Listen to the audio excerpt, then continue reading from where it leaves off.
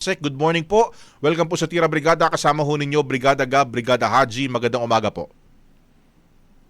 Magandang umaga, Gab and Haji. Magandang umaga din po sa lahat ng sumusubaybay ng inyong pong programa. Opo, Asek, una-una nga ho, nakita na ho ba natin, nahanap na po natin itong PWD na pinagtulungan nga ho dito po sa loob ng isang bus po? Well, unang-una, nais natin pong banggitin na wala pong excuse yung ginawa na pangbubugbog dun sa nakita nga natin na person with disability sa loob po ng bus. Inhumane po yung ginawa noong mga tao na nanakit doon sa person with disability. Alam niyo po, ang kinakailangan ng mga person with disability ay pang-unawa. Opo. So, kaya nga sabi natin, hindi makatao yung ginawa po na gano'n. Ang kautusan po ng Pangulong Marcos Jr. sa DSWD ay tiyakin na magiging maayos po yung pamumuhay ng mga kabilang sa vulnerableng sektor, kabilang na nga yung mga person with disability. Kung kaya nga nung nakita natin itong video ng pananakit doon sa person with disability, nagsagawa po tayo ng coordination with the local government units para matukoy natin kung sino yung individual na ito and mabigyan nga po natin ng karapatang tulong. So nakipag-ugnayan tayo sa San Jose del Monte, Bulacan, City Social Welfare Development Office, and natukoy nga po natin kung saan po nakatira yung pong individual, and nakapagsagawa po ang ating mga social workers ng home visitation nitong nakaraan na weekend.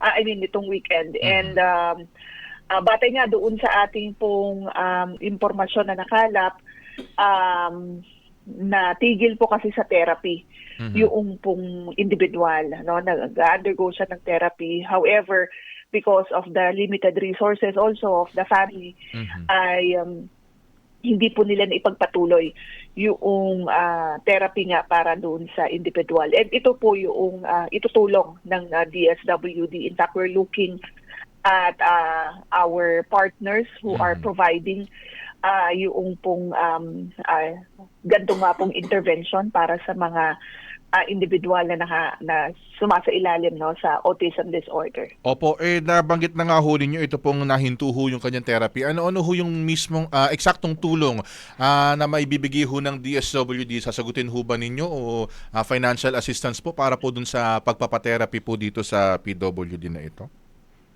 Yeah. Actually kasi meron po tayong may network po tayo, may mga partners po tayo na nakakapag-provide nga ng ganitong medical expertise.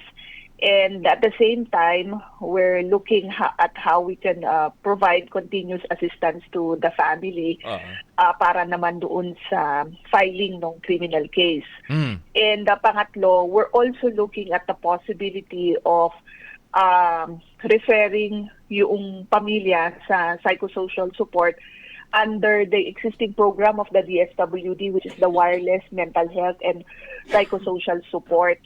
Dahil hindi lang naman po yung person with disability ang nakaranas ng trauma or anxiety as a result of this incident, kailangan pati yung pamilya. So ito yung mga yung mga serbisyo na ipapahatid po natin sa kanila. Opo. Asek, if it's okay to share, nabatid ho ba yung profile ng family nito pong ating PWD? Like for example, may negosyo, may pinagkakakitaan po ba? May trabaho po ba? Yeah. Actually, what we can share with you is that during the home visitation, nalaman po natin na ang main source noong pamilya ay yung pong pagbibenta ng mais. And inalam din natin ano pa yung mga ibang mga support services, ibang external resources ng pamilya. And batay nga doon sa isinagawang home visitation, nalaman po natin na hindi po sufficient yung pong kinikita ng pamilya para masuportahan yung therapy noong pong person with disability. Kung kaya nga po natigil yung kanyang therapy and ito yung pong tinitignan natin na ifa-facilitate kung saan i-refer natin sila sa isang medical institution or yung pong mga partners nga natin na nabanggit ko na mga service providers para po matulungan siya sa pagpapatuloy ng kanyang sessions. Opo. So, kumbaga may possibility din po, ASEC, na mabigyan din ng livelihood. Like for example, sabihin na natin sari-sari store, yung pamilya para makadagdag po sa kanilang kita. Yes, tama po. Kasama na po dyan sa mga interventions ipapahatid natin, of course, ay yung pong financial provision of financial assistance para makatulong doon sa kakailanganin nga ng pamilya, pagsuporta doon sa person with disability. While we're looking at possible interventions para maipagpatuloy niya yung kanyang therapy, susuportahan din natin po yung kanyang pamilya. Okay, mabuti naman ho. Pero nabanggit ho ninyo kanina, ASEC, na tutulong din po kayo sa posibleng pag-file ng criminal case dito po sa mga nasa likod nung gumawa nitong hindi katanggap-tanggap na assault na yan. Ano ho yung update ho natin dito? Kanino pa po tayo nakipag-coordinate at ano-ano po siguro ng mga kaso ang posible pong kaharapin po ng mga nasa likod po ng insidente na ito, ASEC? Yes, tama po, nabanggit ko na, we will also explore on how to provide assistance doon sa pamilya pertaining to the filing of criminal case. Ito yung inaalam din natin sa kanila if they're willing to file the appropriate charges. Tayo naman po of course tutulong in terms of the financial requirements to defray the expenses that they will incur.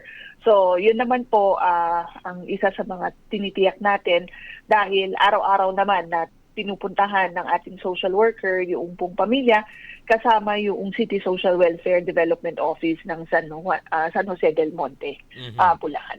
Opo. ASEC Irene, of course, syempre, ano man yung ginawa, regardless kung ano yung ginawa nung subject o nung nasangkot nga po na PWD po natin, hindi pa rin katanggap-tanggap nga yung nangyari po sa kanya. Pero sa mga ganitong pagkakataon, ano ba yung maipapayo ninyo sa mga nakaka-encounter ng mga kababayan ho natin na nasa vulnerable sector, especially yung mga persons with disabilities na maaaring hindi po nauunawaan kung ano yung mga pangangailangan po nila at na pangunawa para sa kanila, ASEC Irene?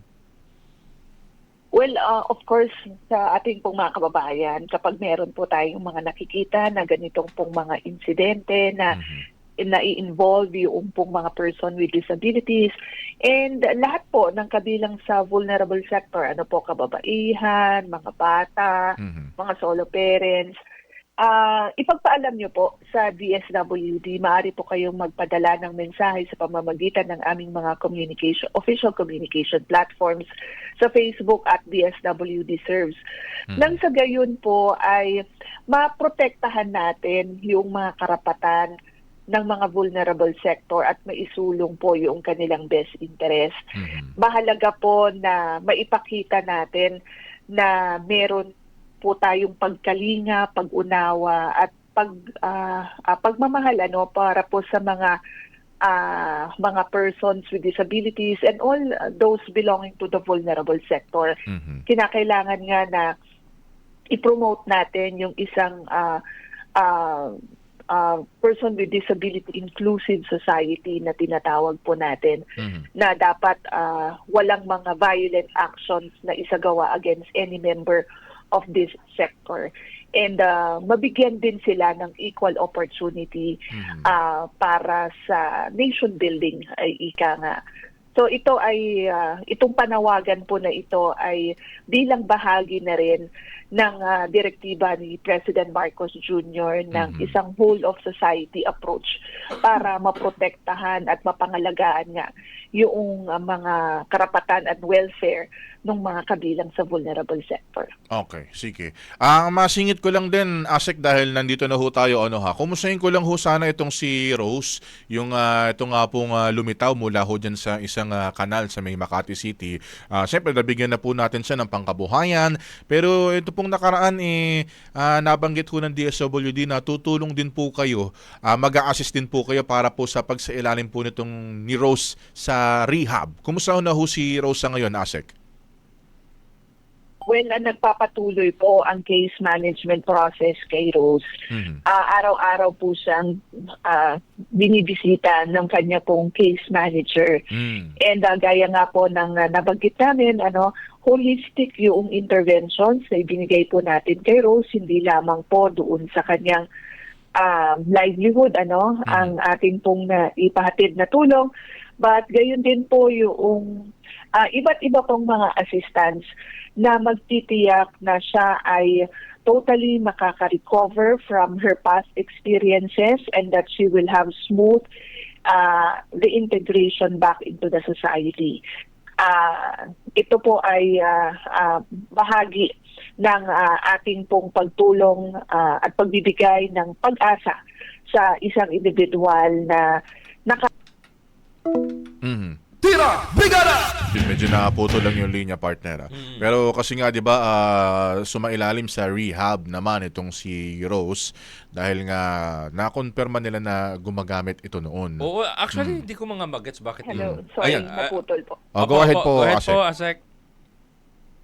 Yeah, as I was saying po, patuloy po yung case management process kay Rose, patuloy yung kanyang pagbibisita ng kanyang case manager. And sabi ko nga po kanina, holistic po yung intervention na ibinahagi natin, comprehensive package of social welfare services ang ibinahagi po ng Pag-abot program. Okay. Sige po. With that, Asek, maraming salamat po sa inyong oras ngayong umaga. Mabuhay po kayo sa DSWD at sana po magtuloy-tuloy ang ating mga programa ho na ganito para po sa ating vulnerable sector. Maraming salamat po, Asek. Maraming salamat, Gab and Haji, and mabuhay po kayo. Magandang umaga. Thank you po.